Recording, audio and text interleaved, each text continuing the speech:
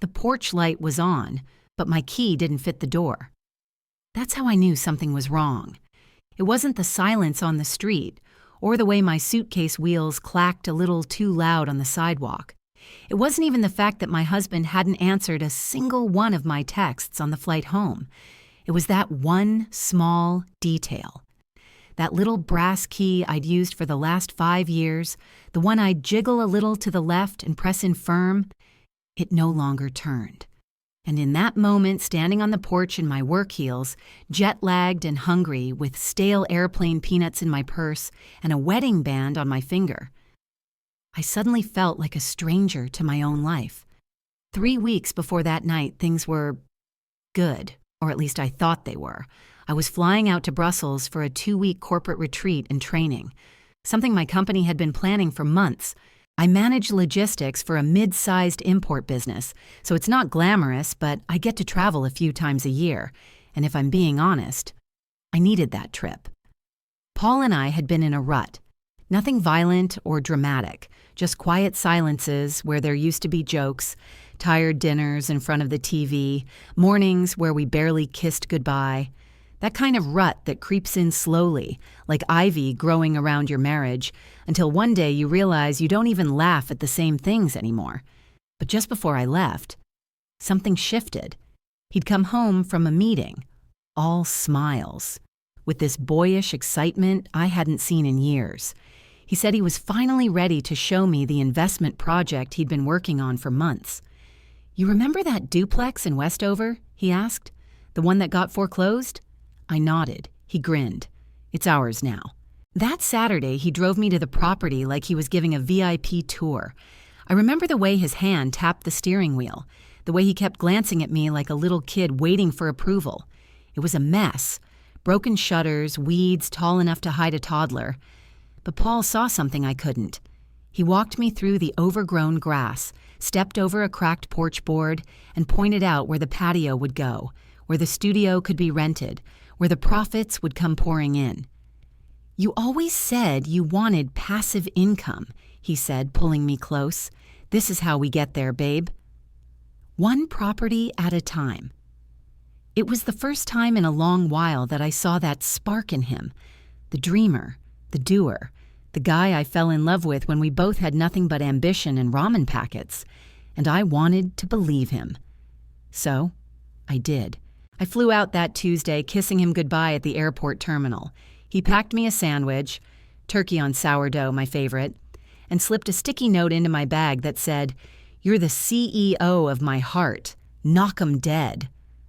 My heart smiled when I read it, somewhere over the Atlantic. I even showed it to my coworker, Trina, over drinks in Brussels. "Oh," she said, "y'all are cute." I swear, if I had a man that supportive, I'd never complain again. I laughed, and I believed it too. Because for a little while, it really did feel like we were on the same team again. The retreat itself was long, full of spreadsheets and dry lectures, but Brussels made up for it. I took pictures in the old square, bought chocolates I knew Paul would love, and even found a little antique compass in a flea market. The kind you could hang on a keychain. I thought it was a poetic little gift. Something to say, "Here's to finding our way back." But when I landed back in D.C., my phone had no missed calls. No "I'm on my way" texts. Just silence. I figured maybe he fell asleep or maybe traffic got him stuck. So I called an Uber and headed home. The house looked the same at first glance. Same tulips by the walkway. The ones I planted 2 springs ago. Same blue recycling bin crooked on the curb. But as the car pulled away and I stepped up to the porch, I saw something I hadn't noticed from the street. The porch swing was gone. And the welcome mat. The one that said, "The Thompsons Est." 2016 had been replaced with a generic one that read, "Home is where the heart is." I laughed. One of those nervous, confused laughs. Maybe he'd bought a new one? Maybe the swing broke? Then I reached for my keys, and the key didn't fit. I jiggled it, pressed in hard, tried again. Nothing. My hands started to sweat, the suitcase slipping from my grip. I rang the doorbell. No answer. I called Paul, straight to voicemail. I backed up, looked at the house, really looked, and then I saw it. A different car in the driveway, a strange car. And through the front window, unfamiliar curtains, beige, lacy, not mine. That's when the door opened, and a woman I had never seen before stepped out holding a baby on her hip. "Can I help you?" she asked, smiling politely like I was a delivery driver with the wrong address. I opened my mouth, and nothing came out. I don't remember what I said to that woman. I think I stammered something like, "I'm sorry, this is my house." But the words felt wrong the moment they left my mouth. She looked at me the way you might look at someone who'd wandered out of a dream, concerned, a little cautious, but mostly confused. We just moved in last weekend," she said, shifting the baby on her hip. "Are you with the property management company?" That's when something inside me cracked. A sound I didn't recognize came out of my throat, part laugh, part sob, part something deep and broken. "No," I whispered. "I'm his wife." She tilted her head. "Whose wife?" "Paul Thompson," I said. "My husband." She blinked slowly. "Ma'am, we bought this house from a Mr. Thompson. Through the agency, I walked away before I embarrassed myself any further. I didn't cry right then. My body was running too hot and too cold all at once. My heart pounded in my ears, and my fingers trembled like I'd just come out of a freezer. I sat on the curb 2 houses down, dialing Paul's number again and again.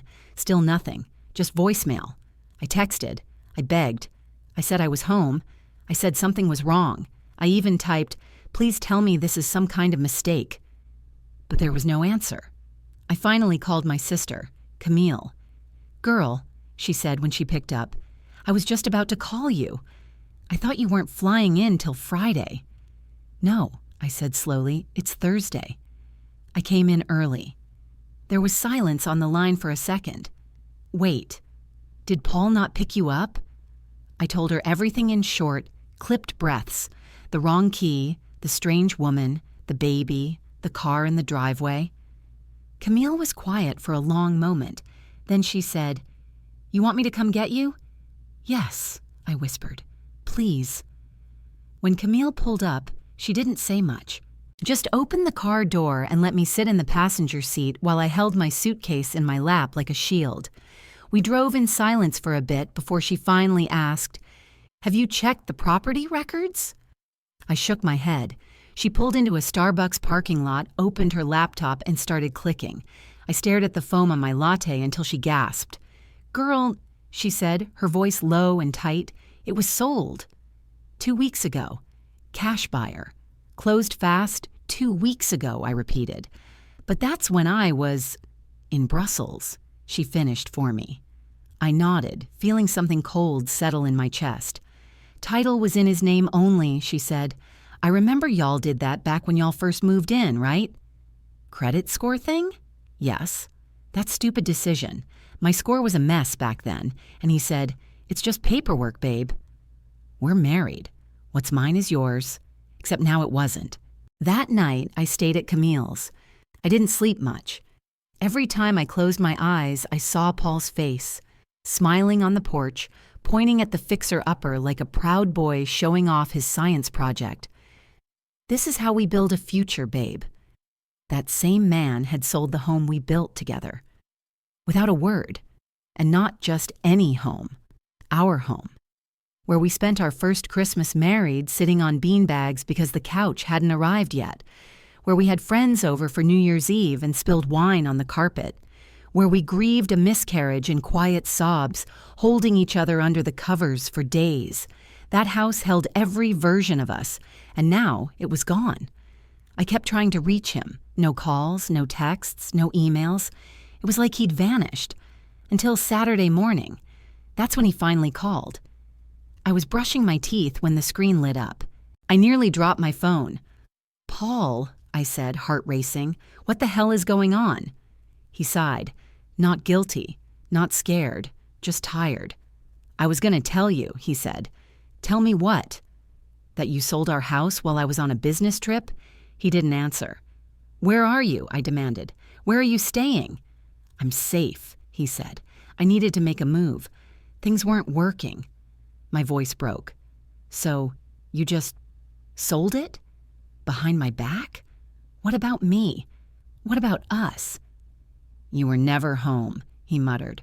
Always working, always flying out. I was tired of feeling like a roommate that hit me like a slap. The audacity. I worked to build this life, I said, to keep that roof over our heads. You don't get to play victim while stealing it out from under me. I didn't steal anything, he said coldly. My name was on it. I had the right he hung up. I sat there, staring at the blank screen for what felt like hours after that call ended. Not crying, not screaming, just hollow. Because when someone robs you in the dead of night, you get to be shocked. But when it's someone you shared a bed with, someone who kissed you before you left for the airport, packed your lunch, told you he loved you, it's a different kind of hurt. It's not just betrayal, it's a kind of grief. And the person you're mourning is still breathing somewhere, holding a new set of keys. Camille helped me file a police report that afternoon. We knew they wouldn't call it theft. Not legally. The title had been in his name. But there were signs of fraud, financial concealment, and possibly forgery. Because when we pulled the transaction records, one thing stood out. The notary's signature was fake. At least that's what the bank manager said when he looked over the paperwork. I know this notary personally, he said, adjusting his glasses. She retired last year. That signature's old. I doubt she'd notarize something without both parties present either. I felt a strange flicker of hope, a lifeline. Maybe there was still a way to prove this wasn't just morally wrong, but legally wrong too. Camille knew a real estate attorney through her church. His name was Mr. Niles, gray hair, slow voice, old school kind of Southern man. When I told him what happened, he didn't say much at first. He just listened. Then he asked, did he transfer any large sums recently? Bank withdrawals? Asset movement? I nodded. The closing payout from the house sale was wired to his personal account. All of it. And you have no joint account anymore? We closed it last year. Said it was simpler. I didn't argue. I trusted him. He nodded again, scribbling something on a yellow pad. Trust is a beautiful thing, he said, until it's used like a weapon. It didn't take long for Mr. Niles to confirm what I had started to suspect. Paul hadn't just sold the house. He had emptied out his personal checking account the same week. The funds were split. A large chunk transferred to an offshore digital bank, and the rest withdrawn in cash. Over $400,000. Gone. No note, no explanation, no paper trail except a flimsy email to his so-called business partner, a man with no last name and a burner phone number. He planned this, I whispered. Mr. Niles nodded slowly. Looks that way. The hardest part wasn't the house. It was realizing I never really saw the man standing next to me all these years. All the late nights he said he was networking. The vague answers about where money was going. The investor meetings that never had names or addresses. I'd chalked it up to hustle, to a man trying to build something on his own terms. But really, he'd been building an escape plan, and I'd been financing it with my trust. 2 days later, I found the storage unit. Camille and I were going through old emails when we found a confirmation from a place called Safe Lock Storage, dated the same week the house sold. She looked at me. You think he moved your stuff there? I don't know, I said, but if he did... We drove over right away. The woman at the counter was sweet, maybe mid-50s, red glasses hanging from her neck. Yes, I remember Mr. Thompson, she said. Came in with a couple movers. Rented a medium unit, had paid in full for 6 months. Said he was helping his wife downsize before a relocation I nearly choked. Relocation. I gave her my ID. After a few clicks, she said, I'm not really supposed to let anyone in but the leaseholder, but you're his wife? I nodded. She looked at me for a long moment, then handed me a key card. 3rd row down, Unit 214. The unit smelled like cedar and dust, and inside was everything. My wedding dresses, our photo albums, My journals, my baby books, the throw blanket from our first anniversary trip to the mountains. It was like someone had packed up my whole life and stored it in a concrete box without asking. I sat on the edge of a box marked kitchen and finally let the tears come. Big, silent, burning tears that rolled down my cheeks and fell into my lap. I had been erased, tucked away like clutter. That night, I drafted the email to Paul, not begging, not accusing, just calm, cold. I found the unit. I know what you did. The law will catch up, but before it does, I want you to know something. You didn't just sell a house. You sold the only place where I still believed in us, and no amount of money will ever buy that back. He never replied. But I saw the red receipt.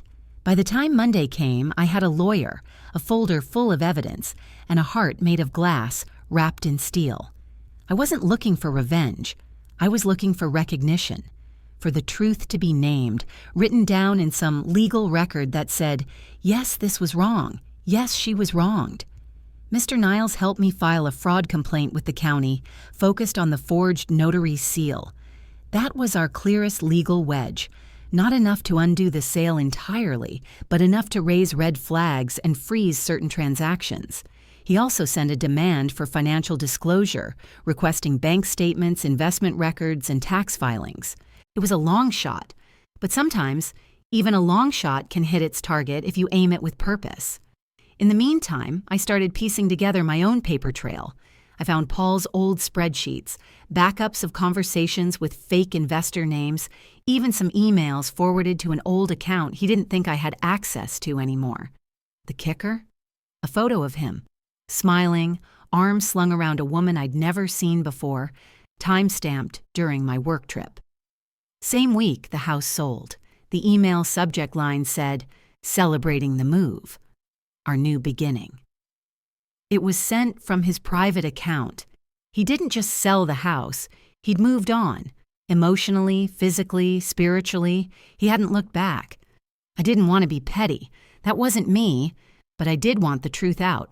So I wrote a letter. Not to him, to his parents. They lived in Virginia Beach, retired, deeply religious folks who'd always treated me like a second daughter. His mother crocheted me a shawl when I got promoted. His father built us a wine rack that still smelled like oak and pipe smoke. I didn't want to hurt them, but I needed them to know. I told them everything. The forged sale, the hidden accounts, the storage unit, the other woman. I included copies of the forged documents too, not to embarrass Paul, to anchor the truth. Because when people hide in silence, they rely on the world not noticing. They count on your shame to do their work for them. I wasn't ashamed anymore. I was awake. The phone call came that Sunday. It was his mother. She didn't cry. Her voice was dry, measured. "I don't know what to say," she told me. "We had no idea. We thought he was working on a project for both of you." "I thought so too," I said quietly. She paused. "He hasn't been returning our calls either. I think he knows what he's done." We didn't talk long, but before she hung up, she said, "You didn't deserve this." "None of it. You're still family to me." And for the first time in weeks, I exhaled. Camille and I rented a small U-Haul and emptied the storage unit one afternoon in April. We laughed a little when we found the blender Paul always hated and the ugly candle holder I bought at that flea market in Asheville. "Guess he didn't want her to see your taste," Camille teased. I smiled. "Guess he didn't want to see it either." We took it all back to her house. I slept on her pull-out couch, helped her kids with homework, folded laundry while she cooked, and slowly, I started to feel human again. The law would take its time. But I had already decided. I wasn't waiting to start living again. 3 weeks later, we heard back from the financial investigator. Turns out Paul had committed another mistake, a joint tax return with my name still on it, filed just before the sale. That meant I could pursue spousal asset concealment. It wouldn't get me the house back, but it might recover part of the cash. A lawsuit was filed. Quiet, clean, no drama, just truth. Placed on the record, and that was enough for me. Word got around slowly. Paul never came back to D.C., not even to pick up the rest of his things. He must have known better. Once that lawsuit was filed, the legal notices started rolling in. His name was flagged in 2 counties for suspicious real estate activity. The forged notary stamp was now under investigation. He tried to stay quiet, but his digital tracks betrayed him. I didn't need to expose him. He did that all on his own. His cousin Marcus, who had co-signed with Paul on a rental years ago, reached out to me by email. "Sorry to hear what happened," he wrote. "Paul mentioned he and his girl were moving south. I assumed all had just bought a place down there. I didn't reply. I didn't need to, because Marcus wasn't checking on Paul. He was checking on me. And that's when I realized something important. When people find out someone you loved did something terrible to you, they don't know what to say. So they say nothing, or they say too much. But the silence? That's their way of watching, waiting to see if you'll break. I didn't break. I rebuilt." The judge froze Paul's remaining accounts after the first hearing. His attorney, some slick man with too much gel and too little shame, tried to argue it was a business decision gone wrong. But Mr. Niles was ready. He brought every forged document, every email, every bank transfers. He even called the notary, now retired in Florida, who confirmed she had never met me, never witnessed that signing, and never authorized that stamp. The courtroom was silent after her testimony, and in that silence, I looked across the room and saw Paul for the first time in almost 3 months. He didn't look angry. He looked small, like a boy caught cheating on a test he didn't study for. He wouldn't meet my eyes, not once. The ruling didn't give me the house back, but it gave me something else, a judgment in my favor for intentional concealment of marital assets and fraudulent use of identity in a financial transaction. The court ordered him to pay restitution. Not everything, but enough to matter.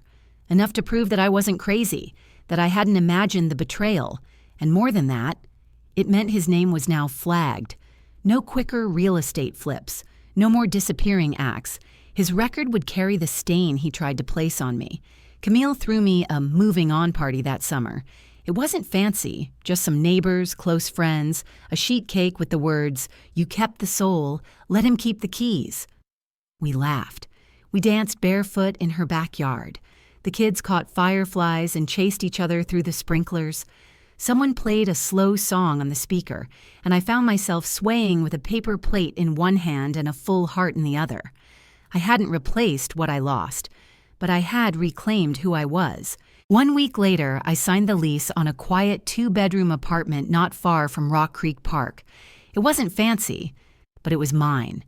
I painted the kitchen a warm sage green, bought a secondhand bookshelf, and put the photo of my parents on the mantel like they'd always belonged there. Every night I lit a little lavender candle, not for him, for me, to say, "This space is sacred, and no one gets to steal my peace again." People asked me later why I didn't take him to court again for more money. "Girl, I would have taken everything he had," one of Camille's friends said at a cookout. "Burned him down to the shoelaces." I smiled politely, but the truth is, I didn't want what he had. Not anymore. Because after everything, the lies, the silence, the forged papers and closed doors, the thing that hurt me most wasn't the money. It was the time I spent believing. The time I spent planning a future with a man who had already started building one without me. And you can't get time back, but you can decide how the next chapter goes. Healing wasn't dramatic. It didn't come in a thunderclap or a perfect therapist's office scene with someone nodding and saying, "You're so brave." It came slowly, like a tea kettle warming, not boiling. It came in the quiet mornings where I sat on my little balcony with a cup of coffee and no one's voice in my ear telling me what I should have done or should be doing. It came in relearning how to be alone without feeling abandoned, how to buy fresh flowers for my kitchen and not feel wasteful, how to take a deep breath, a real one, without waiting for the other shoe to drop. One Sunday, I found the compass keychain I'd bought for him in Brussels, still tucked into the lining of my carry-on bag. For a moment, my heart twisted, not with sadness, but with irony. It was supposed to be symbolic, a reminder that we were on a journey together. But maybe it was never for him at all. Maybe it was always mine. So I clipped it to my own keys, the new ones, to my little apartment with the sage green walls. And every time I unlocked the door, I heard that small clink and smiled, because I had found my way home, not to a place, but to myself. I started writing again, not in a fancy journal or a novel or anything like that, just letters. To myself, to the woman who ignored the red flags, to the girl who believed that love meant surrender, to the version of me who stood on that porch with her suitcase in hand and her heart breaking in silence. I wrote to her, "You survived. You softened, but you did not shatter. And one day you will decorate a new place and it won't smell like betrayal. It'll smell like fresh paint and second chances." And that was enough. Months passed, then a year. I heard Paul move to Texas with the woman from the photo. No one knew what happened after that. I didn't ask, because there's a freedom in not knowing, in no longer checking their social media, in no longer rehearsing what you'd say if they showed up on your doorstep, in letting go without needing an apology. I kept some things from the old house. Not many, just the good things. The ones that were mine even when I didn't know it. The blue coffee mug with the chip in the rim, the faded flannel shirt I wore during snow days, the picture of me and Camille at my first job promotion, both of us smiling so wide we could have swallowed the sun. Those stayed, because they held no lies, no conditions, just joy. And joy is what I chose in the end. Not revenge, not bitterness, not the exhausting work of keeping score, just joy. Even if it came in small spoonfuls at first, even if I had to teach myself how to taste it again. You know, sometimes the deepest betrayals don't come with slammed doors or raised voices. Sometimes they come with a smile, a sandwich packed with love, a porch light left on, and sometimes the person who breaks your heart still folds your laundry and tells you they're proud. But here's what I learned. The worst kind of thief isn't the one who breaks in and steals your things. It's the one who lives beside you and makes you feel like you're crazy for noticing what's missing. And baby, when I finally realized I wasn't crazy, that I was just betrayed, that's when the healing began. Not overnight, not in some grand, glowing moment, but slowly. Like sunlight creeping in through closed blinds. I learned how to make peace with what I lost. I learned how to sit with myself and not feel lonely, and most of all, I learned how to trust myself again. Because that's the most painful part of betrayal, isn't it? It makes you question you. But if you're listening to my voice right now, and you've been lied to, left behind, or made to feel like your gut was wrong, let me tell you something, baby. Your gut was right. Your heart was right. And you still have time to write a new story with no lies between the lines. So tell me, would you have stayed on that porch, or would you have walked away and found your own keys again? Let me know in the comments. And if you felt this story in your spirit, go on and subscribe. Not just to this channel, but to your own healing. Because your peace, it's waiting. And baby, it's got your name written all over it.